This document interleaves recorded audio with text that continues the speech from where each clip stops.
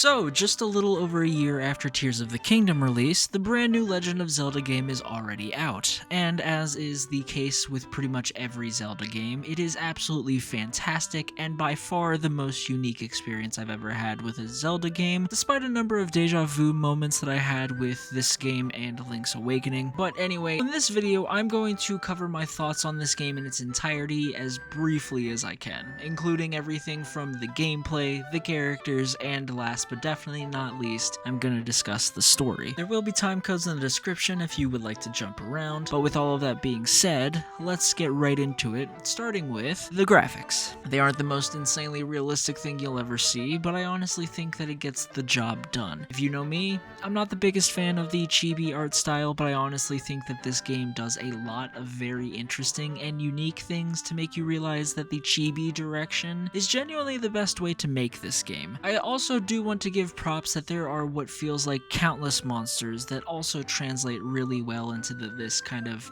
cutesy chibi style and are still kind of horrifying. Next is the gameplay, and it's honestly pretty interesting. So obviously we must talk about the echoes. I honestly fear that there wasn't going to be a lot of options for echoes, but honestly there is so much you can copy and use. Now that leads into a slight issue that is kind of aggravating depending on how you look at it. Now the amount of echoes available you would think would probably warrant like a favoriting system, but it doesn't, I guess. Now this can be remedied by spamming an echo that you like and having it end up at the top of the most used filter, but it's still a little ridiculous that until you've used it that much, you kind of have to sort through a whole bunch of different echoes. Moving on past that, there is also a bind and reverse bind feature, which despite how simple it is probably one of the most unique things I've ever seen. You can use the little floaty yellow ball creature that helps Zelda in her adventures to bind with objects or creatures, and they will move as Zelda moves. You can also use reverse bind to have Zelda then copy their movements, such as moving platforms and things like that. And the final bit is the sword, which allows Zelda to channel her inner Link for a point in time, which I think is pretty cool, but also at the same time is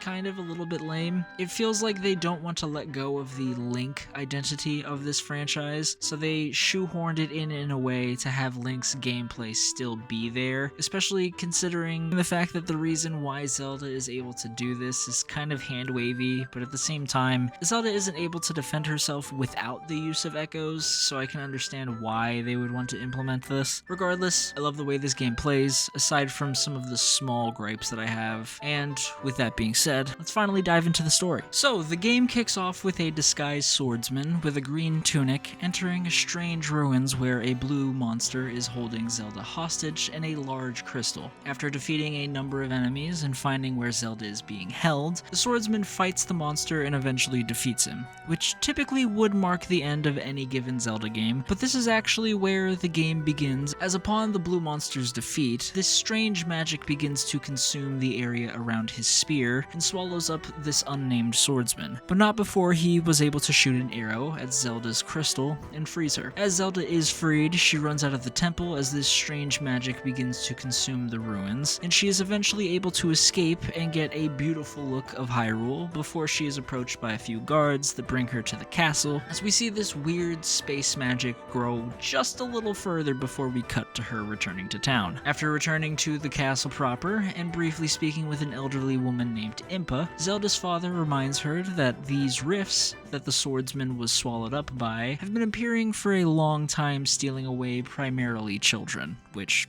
is very ominous. But recently, they have been appearing all over Hyrule and consuming adults as well, and there is no way to prevent them from appearing as far as he knows. Immediately after he finishes refreshing Zelda's memory, a soldier approaches bringing urgent news that a rift has opened up near Suthorn village, and another in Hyrule Field has brought with it these strange monsters that have begun attacking people. And as the king, general, and minister begin to make preparations to deal with this rift, another another one opens on the king's throne and consumes both him and his attendants before spitting out 3 replicas of them. As they take the form of Zelda's father and his left and right hands, the king orders the guards to throw Zelda in the dungeon. Despite the little bit of apprehension and confusion, the king pins the ability to open these rifts on Zelda, which quickly disperses any doubt that those guards might have had. And once she is thrown into the cell, Zelda overhears that this imposter king plans on putting her to death. Sometime later, though,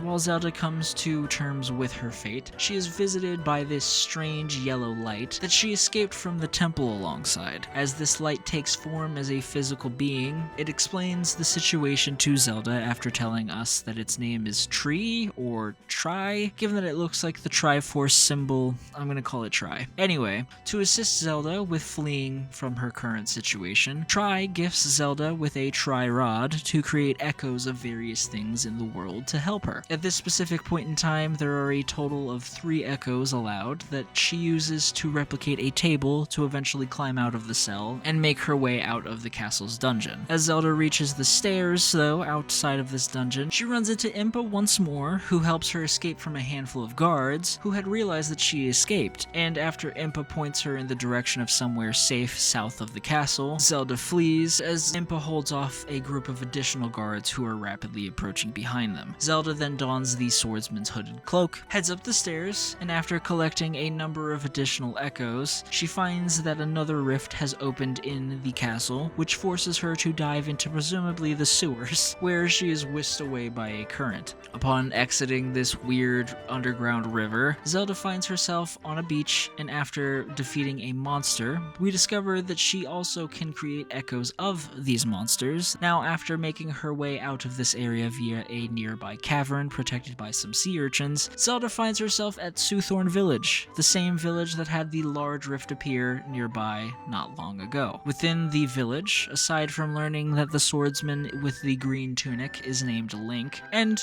Zelda gaining the ability to create an echo of a trampoline, there really isn't much to comment on. Aside from the fact that just outside of this village in Suthorn Forest, Tri points out this strange magical structure called a waypoint that Zelda can use to quickly travel from one point on the map to another. And obviously, this is fast travel, but I do think that it's pretty cool that they gave little story reason for there to be waypoints around the map. After heading into the forest, Zelda finds a small homestead that has been half consumed by a rift that is the same place that Impa pointed her towards. This confused Tri, as their role is to repair the rifts alongside other creatures like them, and since Zelda cannot enter this space, she follows Tri's lead to try to find their friends. As Zelda reaches another rift to the east, she follows Tri into somewhere they call the Still World. Tri then explains that things that are consumed by the rifts end up in the Still World and are eventually lost forever, and that people brought in are petrified and are unable to move. However, Tri explains that they and their friends are able to restore whatever is brought to the Still World, and thankfully return it to the real world. Eventually, after traversing the same ruins that Zelda was held captive in, Zelda encounters the swordsman named Link, but was quickly able to notice the red eyes of the imposter, and entered a fairly intense battle with him. Not gonna lie, due to him blocking and just melting every monster that I threw at him, the fight was kind of stressful, and after defeating the imposter, it left behind a mysterious sword that grants Zelda the ability to just channel her inner Link for a short period of time, which is kinda cool. This, of course, outshines an ability that Tri just makes known to Zelda shortly after entering the ruins, which allows Tri to inhabit monsters and objects that will mimic Zelda's movements, and even allows Zelda to mimic theirs if it's something like a moving platform, which I think is pretty cool, but being able to become Link temporarily is just a better mechanic that was introduced in this ruins in my opinion. As Zelda reaches the deepest part of the temple, she finds a seismic talus holding all of Tri's friends in this area captive. This fight was honestly pretty interesting because the boss is more or less impervious aside from this small little orb that it has, and it moves to various parts of its body as the fight progresses, but once it's defeated, Tri gathers their friends to restore this small portion of Hyrule, freeing it from the Still World as they grow a little bit more capable in their abilities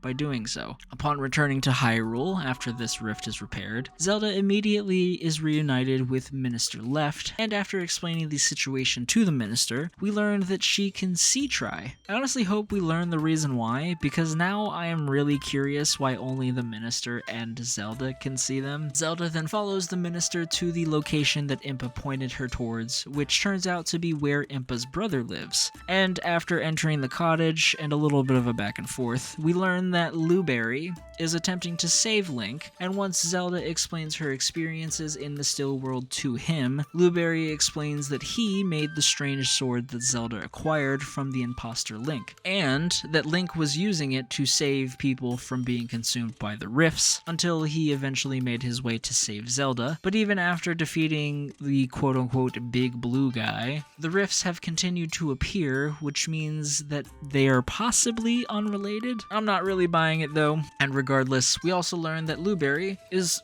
also able to see Tri, and he theorizes that their ability to see Tri is due to them surviving the rift, and we also learn from Tri that the rifts do not follow normal logic, which would explain why Minister Left was found in this rift, despite being taken by the rift in Hyrule Castle. But unfortunately, this means that Zelda's father and Link could be literally anywhere. And once the conversation comes to an end, Tri points out that there are two other large rifts that they are able to see. These two rifts are located in Gerudo Desert and Jabul Waters, and I'm sure I butchered that. It happens. Now, as Zelda makes her way to one of the two rifts, we are gifted with an absolute masterpiece of a wanted poster. I'm sure you've seen the memes of it. Along the way, it seems that there are a variety of side quests that are available, such as clearing a number of obstacles for travelers, bringing a grilled fish to a sleeping child, and even exploring ruins for a newspaper writer.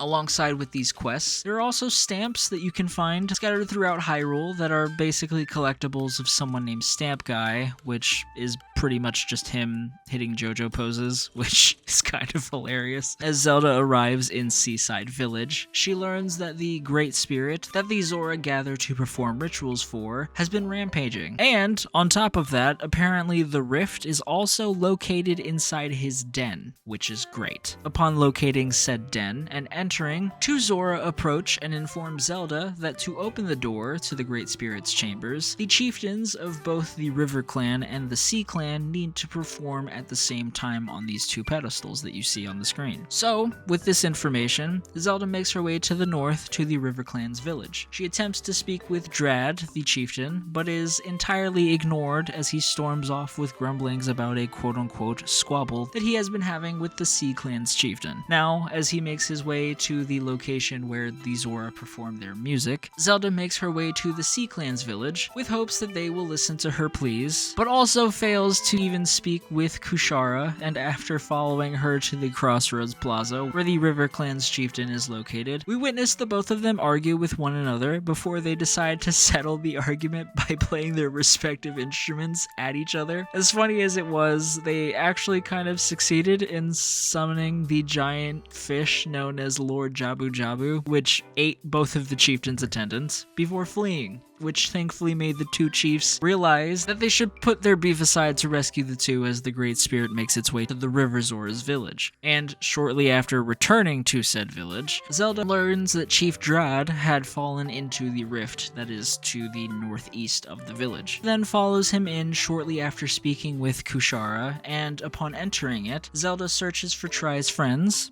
and after collecting 5 weird shadow orbs that held them within it, they repair the rift in the area. As Zelda exits, we soon learn that the Great Spirit is now rampaging at the Sea Clan's Cove, and once Zelda makes her way there and rescues a child and Chief Kushara who were inside a partially collapsed cavern due to the Great Spirit's destruction, Chief Drad then helps with clearing the collapse, and the two chieftains then finally make up with one another, and Zelda was finally eventually able to speak with the two of them and ask them for help with opening Lord Jabu Jabu's den. And after repairing one of the two altars in front of the door that had been destroyed, Zelda accompanies the two into the Great Spirit's chamber. We then learn that this Lord Jabu Jabu is actually an imposter, and the two chieftains promise to fight along Zelda to free their attendants from this creature, but as soon as Zelda hops into the pool in front of them, a barrier cuts off the other two from being able to give her any help, which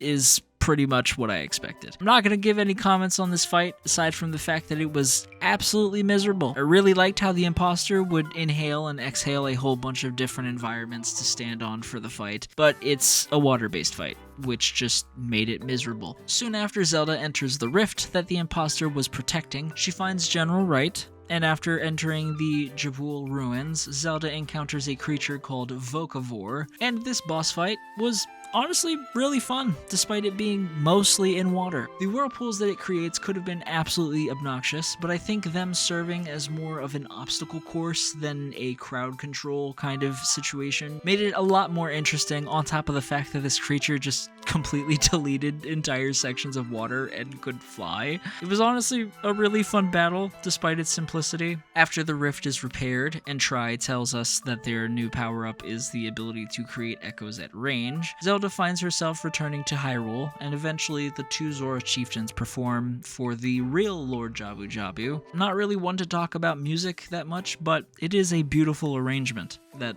they're given assistance with from some other Zora. And once the song finishes, General Wright approaches Zelda, and after a brief conversation with him, he heads to Luberry's home to speak with Minister Left, while Zelda makes her way to the Gerudo Desert and eventually finds the largest rift in the area, but Tri is unable to access it without getting below the sand, which leads to them speaking to a nearby Gerudo guard for any assistance whatsoever, and Zelda is unfortunately turned away. But after being turned away, she eventually saves another Gerudo named Donna, who also happens to be the captain of the Gerudo warriors. Zelda then speaks with her, and Zelda learns that this rift's entrance is inside an underground sanctum, but the sanctum is currently submerged in sand. She's then directed to Gerudo Town to speak with the chief about how to clear out the sand. So as Zelda approaches the chief, Donna, who had already beaten her there, attempts to convince Chief Sira to allow Zelda to enter the underground sanctum, but between Chief Sira's apprehension due to there supposedly being a horde of monsters in the sanctum, and her advisor's very hostile attitude claiming that Zelda is attempting to deceive the Gerudo, Zelda was eventually declined entrance as Donna vows to prove that Zelda is able to close the rifts as she claims. Zelda then follows Donna to the Oasis village to the east and learns that Chief Sira is actually Donna's mother, shortly before she is directed to close 3 minor rifts that are nearby. But after heading south of the Oasis to save some Gerudo warriors from some rift monsters, and heading to the north to a nearby tomb, Zelda quickly realizes that she will not be able to close any of them once she heads to the final rift to the south of Gerudo Town to bring some of the warriors a smoothie.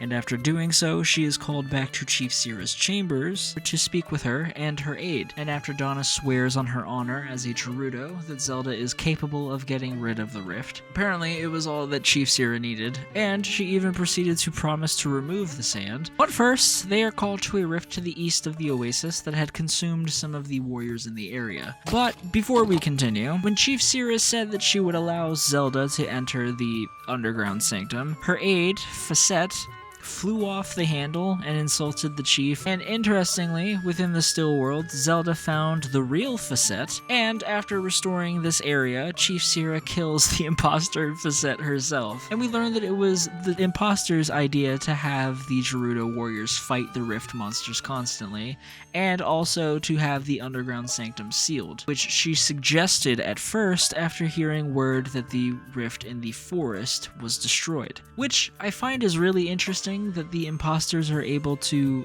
meddle like that. I'm not really entirely sure what the limits of these imposters are, but apparently they seem to be just evil versions of these people. Now, after opening up the entrance to the sanctum and heading inside, Zelda has another fight with an imposter Link who was wielding a bow this time, which was honestly a little too easy. Even after the first defeat, once he splits up into 3, it was still just a tad too easy to defeat him. Once Zelda retrieves the Bow of Might, she eventually fights a Morgul Mogriff. This fight was honestly really interesting, considering that it was basically a griffin, but a mole. Between the twisters and the cutting winds and digging into the ground to either pop up and attack or dive down to attack from the sky, it was just really chaotic and a lot of fun, despite how difficult or at least time-consuming it was to defeat. And once Zelda defeats it, and the rift is mended, the Gerudo celebrate before Zelda decides to return to Luberry's cottage to speak with everyone about what she's seen and learned. And once she relays all of this to the group, General Wright storms off to defeat the imposters within the castle, and after following him there alongside Minister Left, we witness the General attempt to convince the guards that he is not an imposter before the rift within the castle grows an obscene amount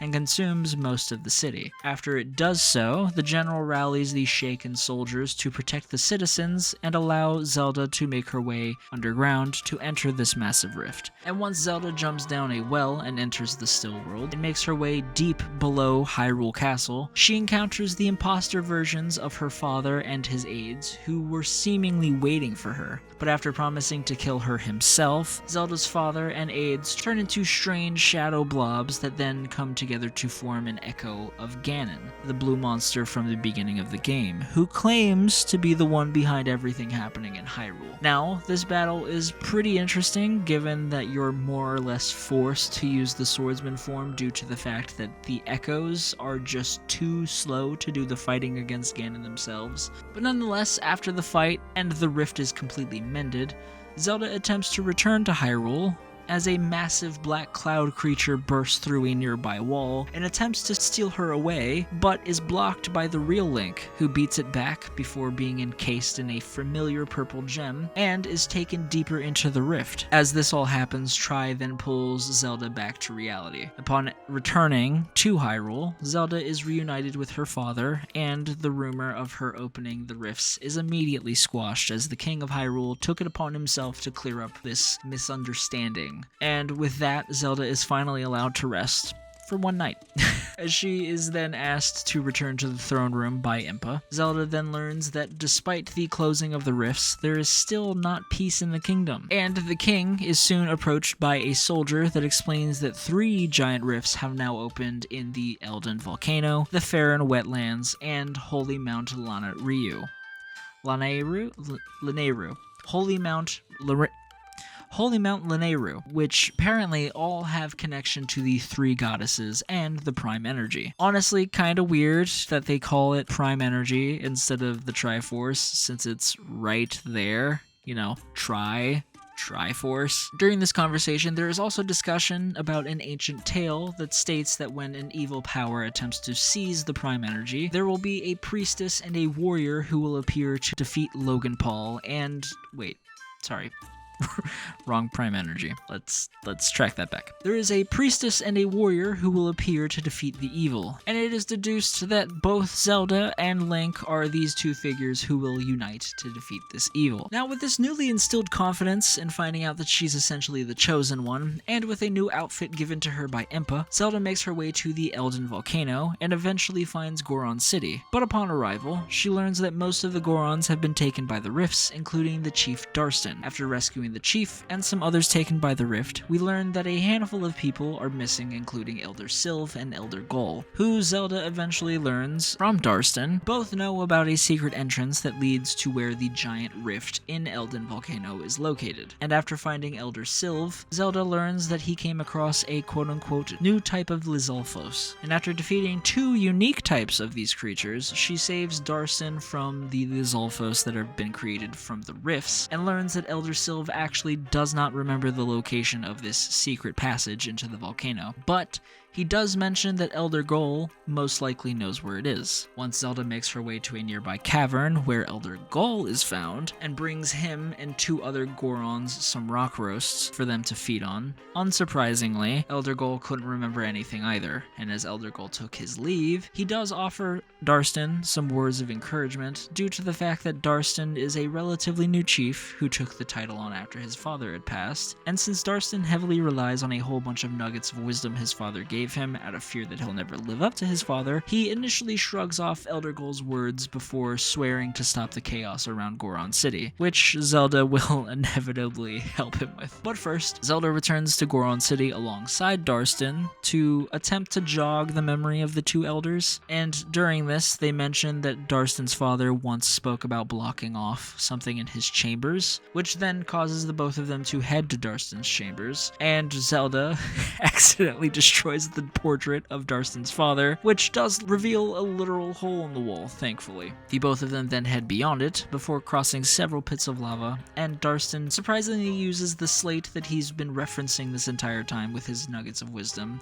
to break down this massive rock wall, and seems to have become more confident in the process. As Zelda heads beyond this crater that Darstan created and finds the rift entrance inside, she, of course, goes within the rift. And I do want to say that it was actually really fun to traverse this area because of how dynamic all the lava was frozen in time. But inside the actual ruins themselves, Zelda encounters yet another Link, who this time utilizes a series of bombs. This was honestly one of the easiest mini-bosses in the game, but it felt a little like playing a game of Bomberman in a way. Once Zelda gains the ability to use these bombs, she eventually ends up slaying a dragon named Volvagia, you know that I'm not good at pronouncing things. This fight was actually pretty fun. The bullet hell aspect was kind of cool, and the dragon relocating in a fairly simple but still kind of interesting way was also fun. There's not really much to say outside of that, but I just really enjoyed this kind of one-dimensional fight. Now, once the rift is gone, Zelda is spoken to by the goddess of power named Din, that gifts her with something called a sanction, and tells Zelda that the path to the prime energy drinks open up once someone has all three sanctions from all three goddesses, which Tri assumes probably means that this looming evil hasn't reached the prime energy either, and has sealed the goddesses within the rifts to prevent anyone from actually reaching it. Now, once Zelda returns to Hyrule yet again, Darstan and Zelda are celebrated, and Darstan finally feels confident enough to lead his people as Zelda makes her way to the Faron Wetlands. Upon arriving in what is known as Scrubton, Zelda finds a village of Deku Scrubs that constantly refer to her as a bumpkin,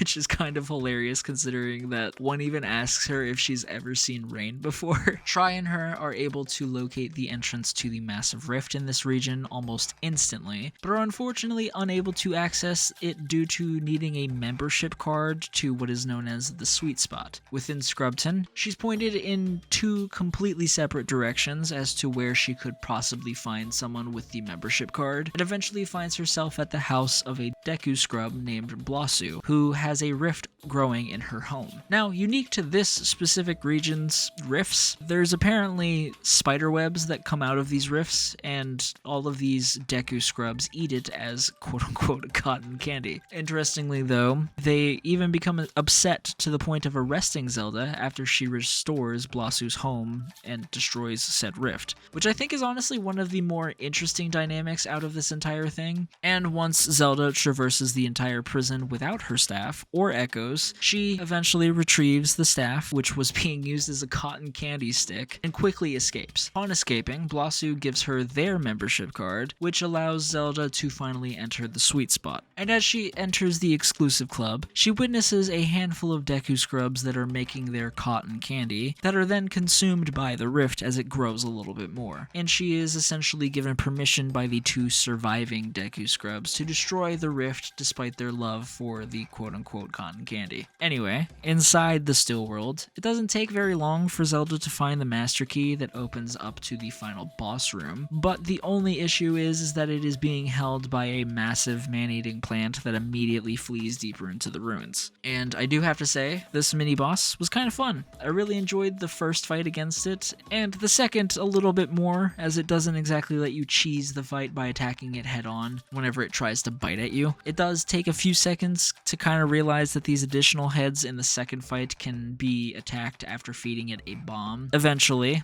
Zelda encounters a massive spider named Goma that has 3 crystals on its body that need to be hit with electricity before you can attack it freely. I really did not enjoy this fight whatsoever, purely because of the fact that all of the echoes available that utilize electricity are either really slow or really weak. And also the fact that Goma literally just spit out eggs of spiders and webs everywhere. Outside of that though, it was really kind of just annoying to deal with. Anywho, as the rift is repaired, Zelda is spoken to by Faror,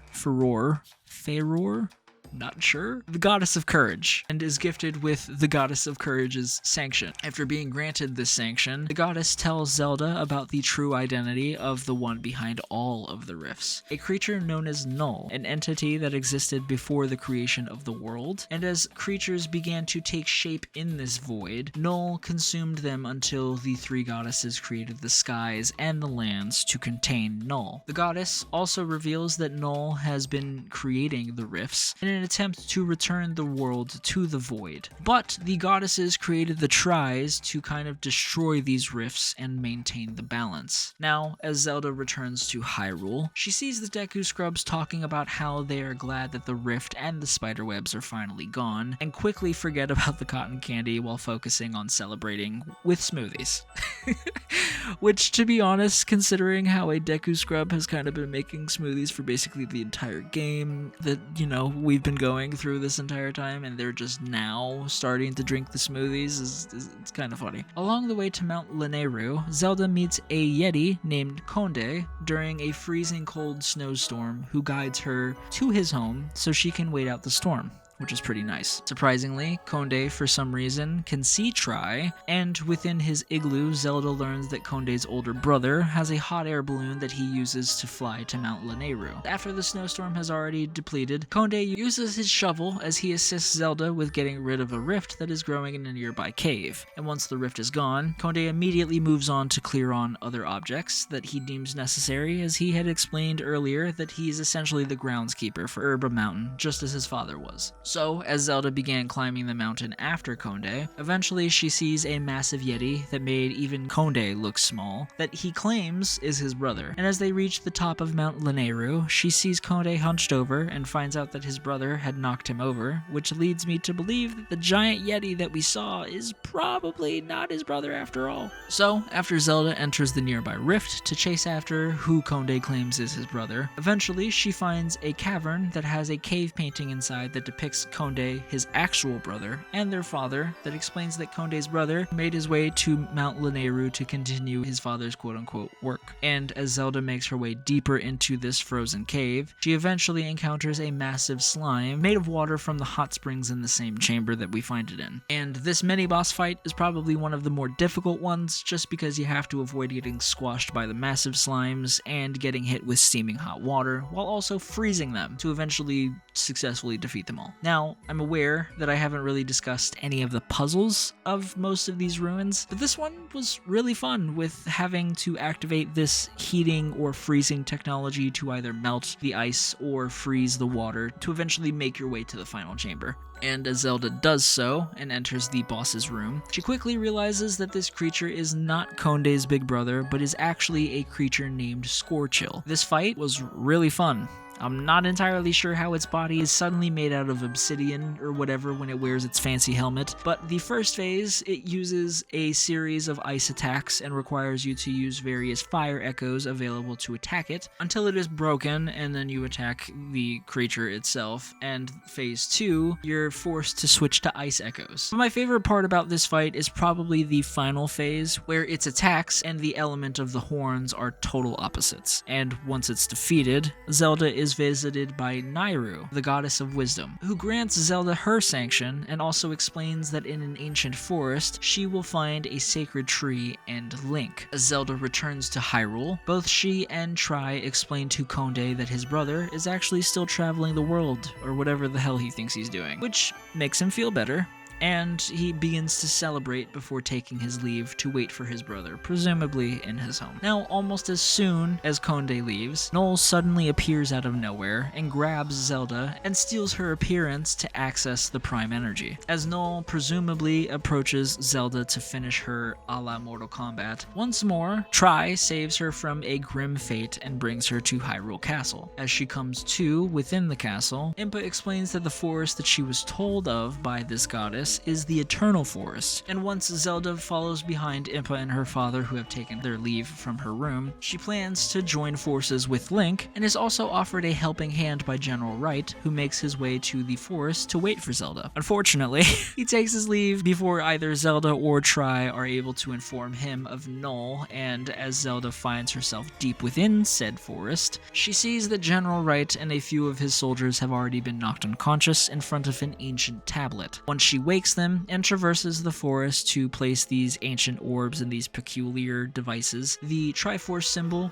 suddenly opens up a path even further into the forest that only Zelda is able to enter, which leads directly to the base of the ancient Deku Tree. Now, while speaking with the tree, it seems that Noel was able to fool the tree enough to make its way to the Prime Energy unimpeded. But the Deku Tree explains that even if Noel finds it, Noel won't be able to obtain it, which would be very reassuring if it wasn't for the fact that about 30 seconds later, we see the fake Zelda literally obtaining it while giving a monologue to no one about how Noel will return everything to the void. And once the Prime Energy drink splits itself into 3 pieces, one fragment enters evil Zelda, while the other 2 go to real Zelda and presumably Link, as the fake Zelda takes its leave to go after Link. Zelda and Tri obviously follow behind. While doing so, Tri explains that they are afraid for the first time as they enter the still world for one last go. Now, as Zelda finishes traversing a myriad of the different biomes found in Hyrule, she fights fake Zelda in a one-on-one battle where fake Zelda essentially flies around and spawns various corrupted echoes, which gets very scary in some parts depending on the grouping of echoes that she uses. But once fake Zelda is defeated, she flees into the void, allowing real Zelda to set Link free. After setting him free and returning his weapons, Zelda and Link both go into Noel, and it's actually really cool seeing Link fight together with the echoes that Zelda can summon, and I feel that this is a perfect opportunity to have like a second player involved to control Link. Maybe they could do it in a future game or something. I don't know. Anyways, what I'm talking about is basically shown and is honestly really cool, because as Zelda and Link are separated, the two have to help one another fight and even traverse the various rooms that are kind of connected in a way, until they are eventually reunited and jump down a deep, dark pit, which I find is kind of hilarious that this is now 2 Zelda games back to back, where the final boss is immediately after a huge pit jump. Now, minor critiques aside, once they land at the bottom of this pit, we see fake Zelda is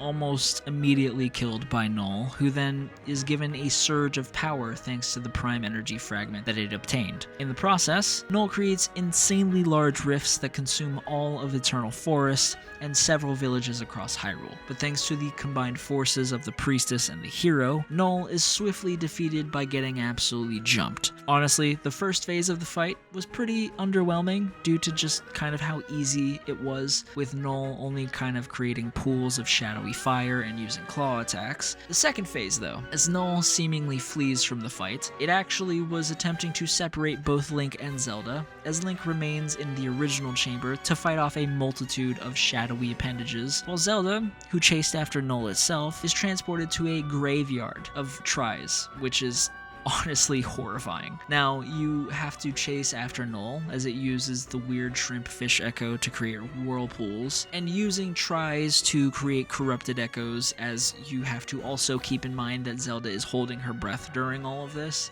But after dealing enough damage, Zelda is reunited with Link, and they battle against a perfected Noel that now summons all of the bosses that we fought up until this point, and this fight is absolutely insane and incredibly hectic, which in my opinion more than makes up for the first phase, and this intensity only ramps up every time that you break down all of Null's arms, up to the point where it summons 5 consecutive bosses every so often. But after running the literal gauntlet against this version of Null, Link helps Zelda with pulling the Prime Energy Fragment out of Null, and as it goes flying into the air, it is then reunited with the other fragments as Null makes a futile attempt at taking the Prime Energy for itself. Zelda and Link then use it to restore peace to Hyrule, and by Zelda and Link, I really mean Tri, who goes Super Saiyan with the Triforce, and after restoring Hyrule, Tri then explains to Zelda that they will be returning to the goddesses and leaving Zelda forever, which is honestly kind of sad,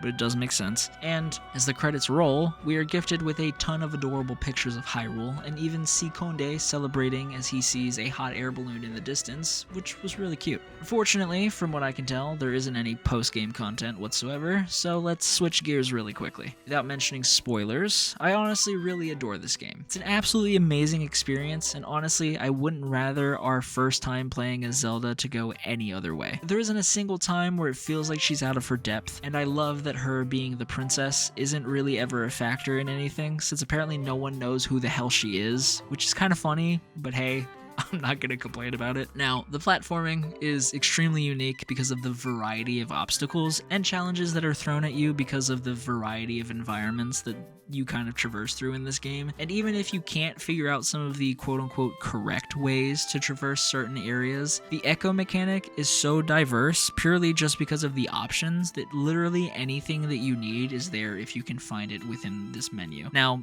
I'm not going to reiterate my opinion on the lack of a filtering system for the echoes, but you know what I want to say if you heard it. I do also really enjoy that even if you've played most, if not all, of the Zelda games, there's still this nice mix of familiarity and totally unique experiences in this version of Hyrule. The story also subverts some expectations, which is really nice. But it's not the most groundbreaking story by any means, nor did it really move me in any way, which isn't to say it's bad, but it's not the best either. But as I said, despite the lackluster story, it's an absolutely awesome experience, and I definitely recommend you check it out if you're interested in playing it yourself. Now, I'll give you a few seconds to click off the video before I jump into the spoiler-filled review, and before you go, make sure to leave a like and subscribe. Really appreciate the support. Now, flat out, probably the most fun I've ever had with a platforming game due to the insane amount of variety in ways you can traverse the platforming segments of the game. And as I alluded to in the spoiler-free section, if there is ever any point that you are unsure of how to go about the proper way you can kind of traverse certain parts, you can always just cheese it with spamming beds or water blocks like I did.